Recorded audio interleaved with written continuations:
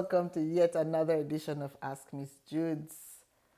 I trust that you are taking care of yourself, you are taking time to take in your environment, to enjoy life as God gives it, and that you do take every opportunity to take deep breaths and be present.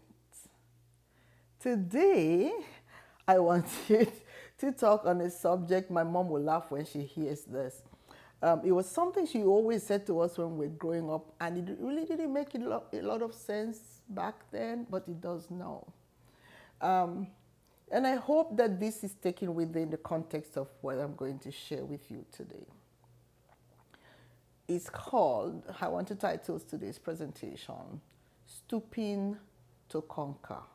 What, when, and how. So, when we're growing up, when things didn't go how we wanted, and we were tempted to want to react, my mom would always caution us, like, don't waste all your aces. You stoop to conquer, strategize. It really used to annoy me because I felt that when I was angry was the time when I needed to deal with what needed to be dealt with. And whenever she said you stoop to conquer, it didn't make any sense.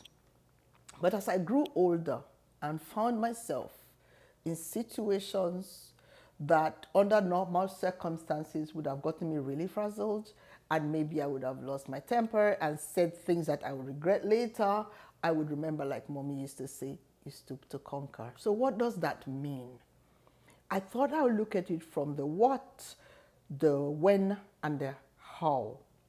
By what, I mean the event, the occasion, the incident, whatever it is that is unsettling your spirit.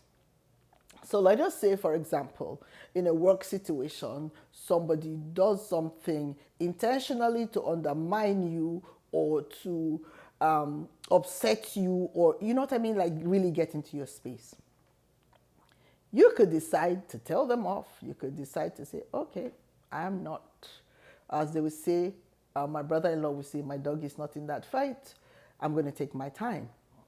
Or you could behave exactly how they wanted you to behave, in which case you're going to come out as unprofessional and all other words that you know people would say that person is. And then you're going to check your timing.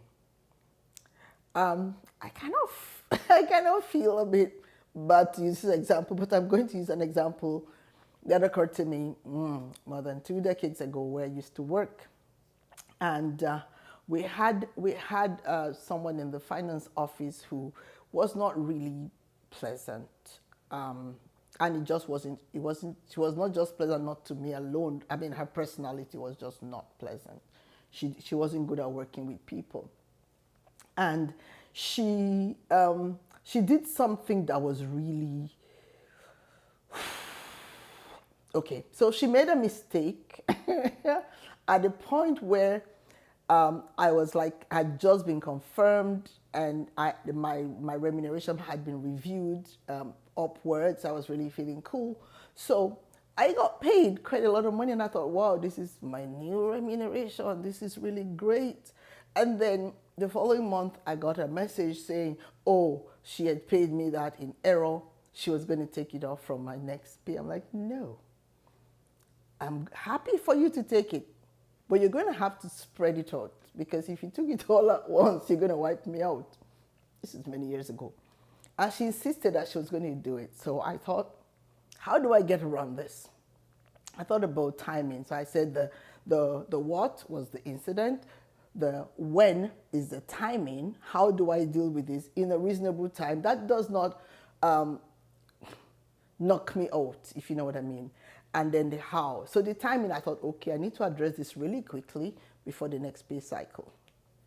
And then the how was the strategy. How do I do this? This was somebody who was not easy to talk to. Really, yeah. Just talking about her now is reminding me so much of that experience. So I thought about it, and again, I kept hearing my mother's voice in my ear. You stoop to conquer. And like, how do I do this? without coming across like irrational or angry. So I took my time. I wrote an incident report of what had happened and offering the solution that had offered to her to say, you can do this over 3 months. I think it was what I had said at the time. And she insisting it must be. I'm like, it was your mistake and I'm offering you an opportunity to correct it. So I did a letter to the chairman of the board, to the head of the institution at that time. Of course, I copied her, but I delivered everybody's once before I gave her copy.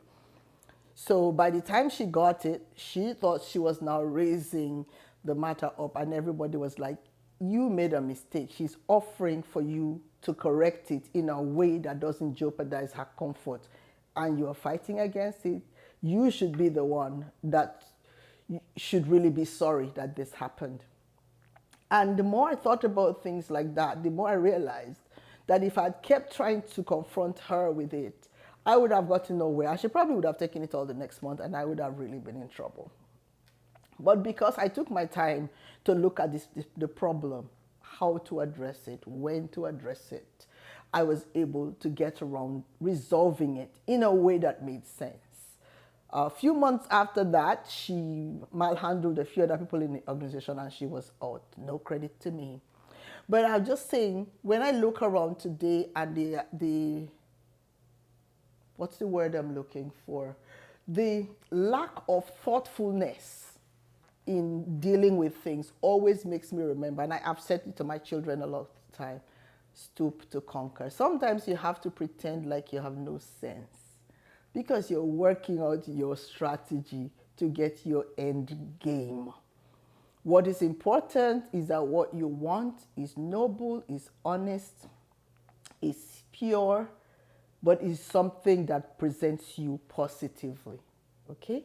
So what I'm offering, using my mom's famous maxim, is that when you're in a challenging situation, don't be too quick to react.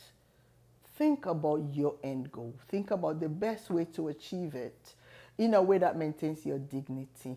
And I hope in a way that brings glory to God. You all know He's my audience of one that I try to please. So I just wanted to encourage you all, if there's anyone going through a challenging situation, please don't react. Take your time to think through the best way to get the outcome that will support your goal. So as always, I'm going to ask that you like, share, and subscribe. And I know now that when you hear Stoop to Conquer, you're going to think of my mother. Never mind. It was not her phrase, but she was the one who gave it to us all the time. Please like, share, and subscribe. I look forward to coming your way again real soon.